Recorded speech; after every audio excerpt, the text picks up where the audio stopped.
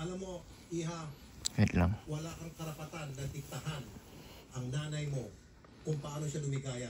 That's none of your business, okay? Kung paano siya lumigaya, it's up to her. Kung paano niya dalhin yung buhay niya, it's up to her. As long as hindi ka niya pinapabayaan, which she's been a very good provider, siya ay nagsakripisyo sa ibang bansa para lamang masunod lahat ng luho mo.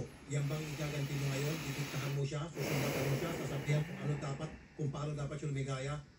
Talagang halatang pasaway kang bata ka. I'm sorry, Ara. I'm so sorry. I'm so sorry kung ako'y nagalit na sa'yo. I'm so sorry. Ang importante, Ara, never kanyang ginutom. Never kanyang sinaktan. Okay? Now, after ng mga paghihirap na ginawa niya sa iyo at sa mga kapatid niya, sa pamilya, siguro naman may karapatan siyang lumigaya at yung kaligayahan niya is dito kay D-Mart. So, wala makakapigil sa kanya. Hindi, wala dyan. Ayoko dyan. Kung ayaw mo, then ayaw mo lang. Pero you cannot stop her. Kaya nga di ako nakikialam eh. Okay. So, Nay, maliwanag na. Hindi niya matanggap-tanggap ang relasyon mo kay D-Mart and you cannot force her.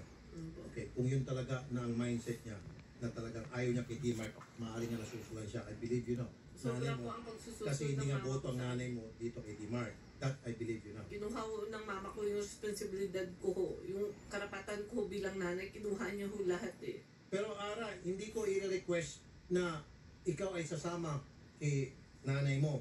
Pero at least i-recognize mo man lang sana na siya bilang isang nanay na siyam na buwan kanyang binitbit sa kanyang sinapupunan, pinaghirapan kanyang palakihin at nagbanat siya ng buto sa ibang bansa para lamang masunod lahat ng gusto mo.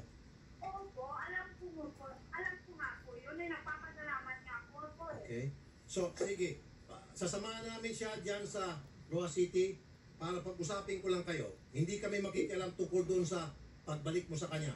Gusto ko lang mag-usap lang kayo bilang mag-ina. Okay? Sa harap ng social worker. At wala ipipilit sa iyo. Yung MSWD, magtatanong-tanong lang at aalamin talaga ang dahilan kung bakit nagkakaganon ka at kung bakit umalis ka at ayaw mo na bumalik. Okay? Ara? Opo. Sige. Ara, ingat ka dyan ha. At good luck sa'yo at pakabait ka. Magandang hapon sa'yo. Ma'am Lisa, there's no point continuing talking with this girl. Mukhang ano na talaga, buo na yung kanyang isipan sa ngayon na hindi makipagkita na sa iyo. I mean, hindi na sumama sa iyo. Pero tingnan natin, matapos kayong pareho, kausapin ng mga social worker. Okay? Samahan po namin kayo sa Roa City. Salamat, sir.